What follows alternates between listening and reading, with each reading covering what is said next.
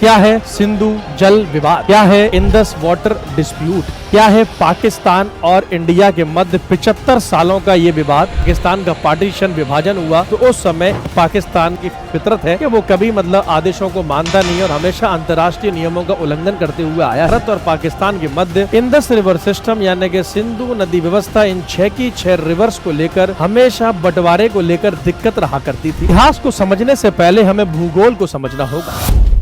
नमस्कार दोस्तों, स्वागत है आप सभी का एक बार फिर से आरजी ज्ञान पर। पानी, जल जिसे हम कहते हैं वाटर, बहुत ही महत्वपूर्ण या इम्पोर्टेंट संसाधन है जीवन यापन के लिए। लेकिन अगर यही जीवन यापन का साधन दो देशों के मध्य कई सालों की अगर विवाद बन जाए तो कुछ क्षेत्रों के लोगों को इसमें स्ट्रगल या फिर संघर्ष करना पड़ता है। तो आइए जानते हैं क्या है सिंधु जल विवाद, क्या है इंडस वाटर डिस्प्यूट, क्या है पाकिस्तान और इंडिया के मध्य 75 सालों का ये विवाद जो कि अभी तक एक अनसुलझा सा विवाद है। इसके लिए बहुत कुछ दोनों देश मिलकर कर चुके हैं, लेकिन अभी तक इसके ऊपर कोई सॉल्यूशन या फिर कोई हल नहीं निकला है। लेकिन इतिहास को समझने से पहले हमें भूगोल को समझना होगा कि आखिरकार मानचित्र पर यानी कि मैप पर इंडस रिवर जो है, सिंधु नदी जो है, इसका लोकेशन क्या है, इसकी स्थिति क्या है। तो जैसे आप सभी को पता है कि इंडस रिवर सिंधु नदी तिब्बत के लेक मानसरोवर झील से निकलती है और ये तिब्बत जो कि चीन का एक ऑटोनॉमस क्षेत्र है, वहां से होते हुए इंडिया पहुंचती है। लगभग इंडिया में 712 या 700 किलोमीटर के आसपास बहती हुई पाकिस्तान में पहुंचती है और अंततः अपने फाइनल डेस्टिनेशन गंतव्य स्थान को प्राप्त करती है जिसका नाम है अरेबियन सी, अरब सागर।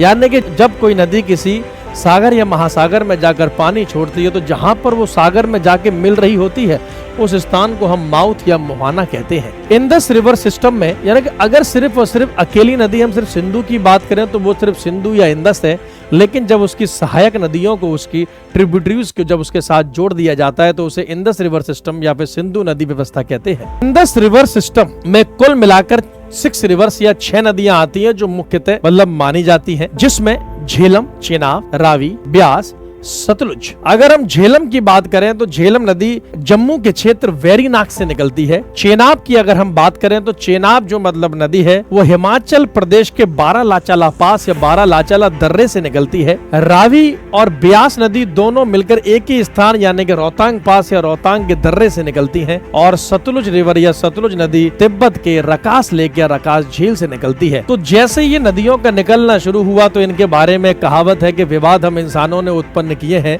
क्योंकि पंछी नदियां पवन के झोंके इन्हें कोई न रोके। तो जिस समय 1947 का दौर आया जब इंडिया और पाकिस्तान का पार्टीशन विभाजन हुआ तो उस समय इन रिवर्स का भी लगभग विभाजन हो गया था, लेकिन इसके ऊपर कोई ऑफिशियल यानी कि आधिकारिक कार्रवाई नहीं हुई थी। तो ऑफिशियल कार्रवाई ना होने की वजह से, आधिकारिक कार्रवाई ना होने की वजह से भारत और पाकिस्तान के मध्य इंडस रिवर सिस्टम यानी कि सिंधु नदी व्यवस्था इन 6 की 6 रिवर्स को लेकर हमेशा बंटवारे को लेकर दिक्कत रहा करती थी। कभी पाकिस्तान हिंदुस्तान की सरकार के ऊपर आरोप लगाया करता था कि भाई हिंदुस्तान ने डैम्स बनाकर, बांध बनाकर अपनी ओर अधिक पानी मोड़ लिया है, और इंडिया बोलता था कि नहीं, हमने ऐसा नहीं किया है। ये विवाद एक बार पहुंच गया ICJ, international court of justice, अंतर्राष्ट्रीय न्यायालय ने, और ICJ ने भी फैसला भारत यानी कि हिंदुस्तान की जो सरकार है उसके फेवर में, उसके पक्ष में किया। लेकिन आपको पता है कि जैसे कि पाकिस्तान की फितरत है कि वो कभी आदेशों को मानता नहीं और हमेशा अंतर्राष्ट्रीय नियमों का उल्लंघन करते हुए आया है। उसने फिर से भारत सरकार के ऊपर सिंधु नदी को लेकर ह्यूमन राइट्स वायलेशन तक का आरोप लगा दिया कि जो हिंदुस्तान सरकार है वो इन 6 नदियों का पानी अपनी तरफ मोड़ लेती है और पाकिस्तान में कुछ पॉपुलेशन, कुछ लोग पानी उन तक पर्याप्त नहीं पहुंचता, जिसकी वजह से उत्पादन अच्छा नहीं हो पा रहा, खेती अच्छी नहीं हो पा रही। सोचो 75 साल का जो अभी तक सॉल्व नहीं हुआ है, इसी मुद्दे को सॉल्व करने के लिए, सुलझाने के लिए 1960 में एक प्रयास किया गया। उसी प्रयास के ऊपर आज की आपकी पूरी इंफॉर्मेशन है, जिसको नाम दिया गया इंडस वाटर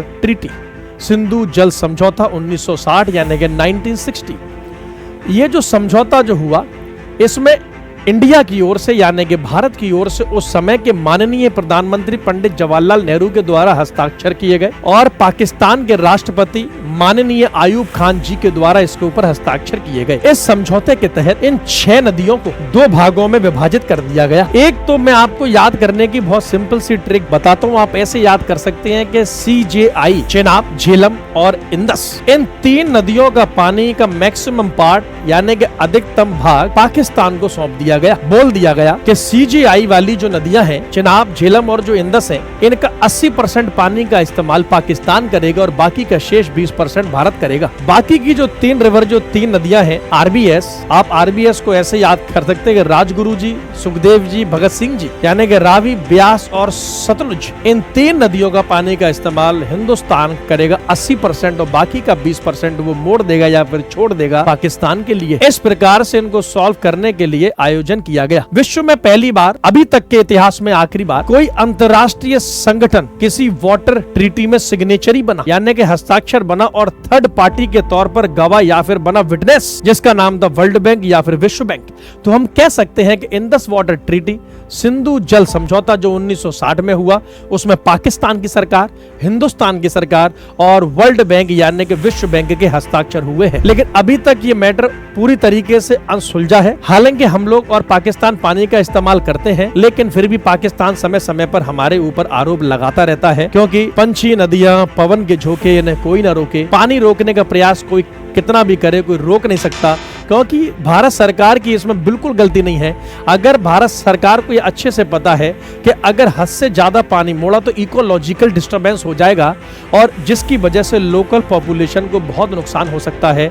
लेकिन हम बांधों के माध्यम से और डैम्स के माध्यम से, मतलब जो ट्रीटी, जो संधि है, उसी के तहत ही भारत सरकार पानी का इस्तेमाल करती है। लेकिन पाकिस्तान समय समय पर आरोप लगाता रहता है। तो हम बोल सकते हैं कि 75 साल का विवाद अभी तक अनसुलझा है। जिस तरीके से कि कश्मीर का विवाद है, उसी प्रकार से बिल्कुल ठीक इन 6 नदियों का विवाद भी है। आशा है, उम्मीद है कि ये इंफॉर्मेशन, ये जानकारी आपको बहुत ही उत्तम प्रकार की लगी होगी। इस प्रकार की और जानकारी के लिए, इंफॉर्मेशन के लिए, सूचना के लिए आप RG ज्ञान जो हमारा चैनल है, इसे आप फॉलो करते रहिए। आप सभी का ढेर सारा शुक्रिया मेरे ओर से, RG ज्ञान की पूरी टीम की ओर से। यहाँ पर आपके लिए शॉर्ट और वीडियो समय समय पर अपलोड किए जाते हैं। आपका लाइक, शेयर, सब्सक्राइब भी हमारे लिए प्यार है और जो आपका प्यार है वो हमारे लिए मोटिवेशन है। चलिए, all the very best, thank you so much, best of luck guys.